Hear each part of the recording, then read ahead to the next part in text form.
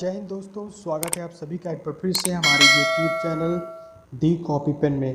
तो देर किस बात की, चलिए निकालिए कॉपी और पेन और शुरू करते हैं। तो पिछले वीडियो में जहां आपने कंप्यूटर का एक सामान्य परिचय प्राप्त किया, वहीं आज हम लोग पार्ट 2 के वीडियो की बात करेंगे, जिसका सब्जेक्ट है या टॉपिक है कंप्यूटर का विकास क्रम। दोस्तों, इस वीडियो में हम सभी जानेंगे कंप्यूटर का विकास क्रम।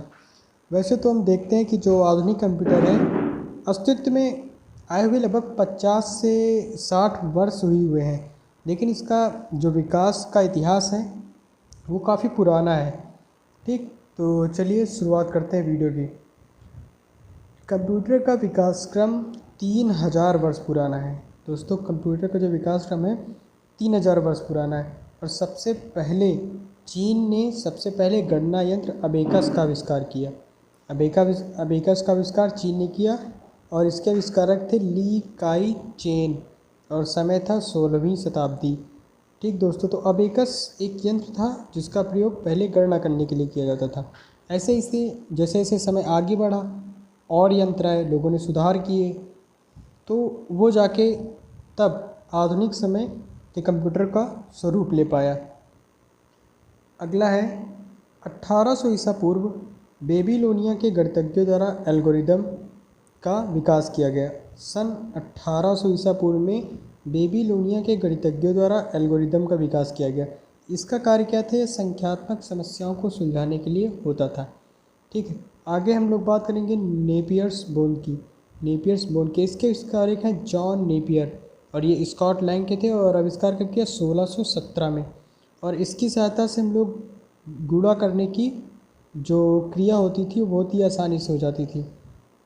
और आगे बात करेंगे ये कैसा था। तो नेपियर्स बोन में कुल 10 आयताकार पट्टियाँ होती थी, जिन पर 0 से 9 तक के पहाड़े लिखे होते थे।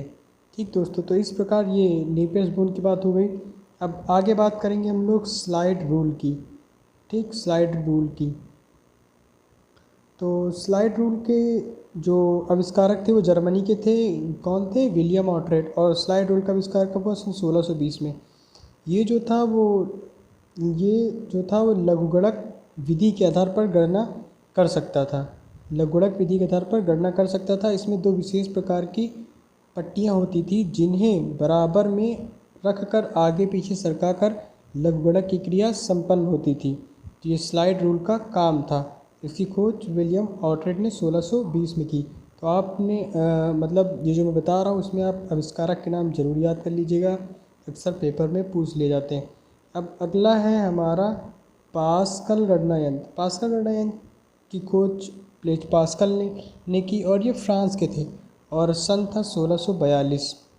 और ये दोस्तों प्रथम मैकेनिकल एडिंग मशीन है।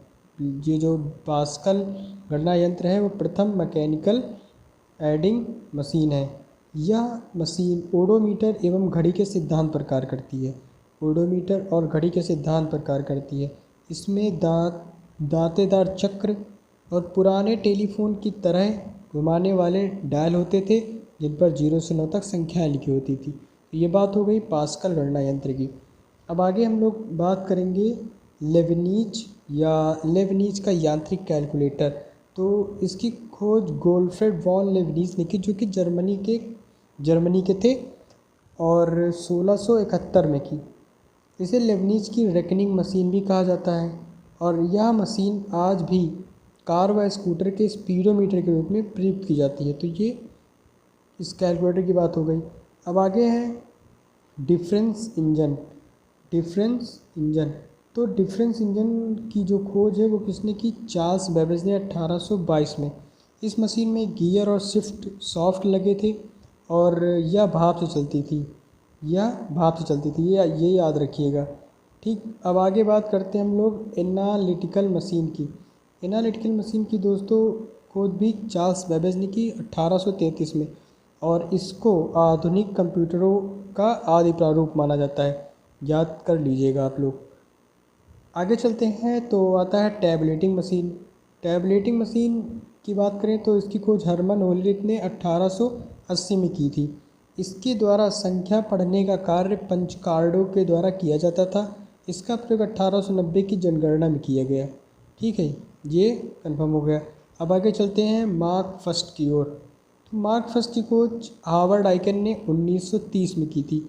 यह विश्व का प्रथम पूर्ण स्वचालित विद्युत यांत्रिक यंत्र था। ये पॉइंट आप लोग ज़रूर याद कर लीजिएगा, ठीक, कि यह विश्व का प्रथम पूर्ण स्वचालित विद्युत यांत्रिक गणना यंत्र था। डाटा इसमें जो मैन्युअली इंटर किया जाता था, संचयन के लिए इसमें मैग्नेटिक ड्रम का प्रयोग किया जाता था। तो ये मार्क फर्स्ट की बात हो गई। अब आगे और समय बढ़ा तो उसके साथ साथ कंप्यूटर के स्वरूप में परिवर्तन हुआ। उसके बाद आया हमारा ENIAC, ठीक, इसका समय था 1943 से 46। पहले इसका पूरा नाम जानेंगे। ई से इलेक्ट्रॉनिक, एन से न्यूमेरिकल, आई से इंटीग्रेटर, ए से एंड और सी से कंप्यूटर। तो ये इसका पूरा नाम हो गया electronic, numerical, integrator and computer. इसके विचारक JP कर्ट और जॉन मॉसली थे। और दोस्तों यह पहला डिजिटल कंप्यूटर था। इसका विकास आर्मी के लिए किया गया था, लेकिन ये पॉइंट आप याद रखिएगा, पहला डिजिटल कंप्यूटर ENIAC। उसके बाद जैसे जैसे समय आगे बढ़ा तो उसके बाद आता है EDVAC आपका। इसका समय 1946 से 52 है। इसका पूरा नाम क्या है? Electronic discrete variable automatic computer. और इसका आविष्कारक जॉन वॉन न्यूमैन, ठीक, 1950 में। और ये बाइनरी सिस्टम बेस्ड था, ये आप याद कर लीजिएगा। तो EDVAC की बात हो गई। अब बात करते हैं EDSAC की। EDSAC का समय 1947 से 49 के बीच है। और इसका फुल फॉर्म है electronic delay storage automatic computer. Electronic delay storage automatic computer. और इसकी खोज मॉरिस बिल्कस ने 1949 में की। और ये पहला प्रोग्राम संग्रहित डिजिटल कंप्यूटर था, ठीक है। तो EDSAC की बात हो गई। अब आगे आता है UNIVAC 1951। इसका पूरा नाम यूनिवर्सल ऑटोमेटिक कंप्यूटर था। इसके आविष्कारक जे प्रिस्पर एकर्ट और जॉन मॉसली थे 1952 में। और यह व्यापार के क्षेत्र में प्रयोग होने वाला पहला कंप्यूटर था। व्यापार में प्रयोग होने वाला पहला कंप्यूटर था। कौन सा? UNIVAC, ठीक। और ये जो यहाँ पे जेकॉर्ड लूम है, ये पॉइंट छूट गया था इसलिए मैंने इसको बाद में लिखा। ये एक प्रकार की मशीन थी कपड़ा बुनने वाली, जिसका आविष्कार फ्रांसीसी बुनकर जोसेफ ने किया था 1801 में, ठीक है। तो कपड़ा बुनने के ऐसे लूम का आविष्कार किया जो कपड़ों में स्वतः ही डिजाइन पैटर्न देता था। तो ये जेकॉर्ड लूम हो गई। और उसके बाद एक है ABC, यानी एटोनोसॉफ बेरी कंप्यूटर। 1945 में एटोनोसॉफ और क्लोफोर्ड बेरी ने इसका आविष्कार किया था। तो दोस्तों यहाँ पे जो ये कंप्यूटर का जो विकास क्रम है उसका वीडियो यहीं पे समाप्त होता है। बाकी अगले वीडियो में हम कंप्यूटर के बारे में और बात करेंगे। तो अगले वीडियो में ये रहेगा कि कंप्यूटर की पीढ़ियों के बारे में बात करेंगे कि किस पीढ़ी में कौन कौन से कंप्यूटर हैं। तब आपको ये वीडियो और क्लियर हो जाएगा। वीडियो में अंत तक बने रहने के लिए आपका बहुत बहुत धन्यवाद। और अगर आप चैनल पर नए हैं तो चैनल को सब्सक्राइब जरूर कीजिए और लाइक, शेयर और कमेंट जरूर कीजिए। बहुत बहुत धन्यवाद।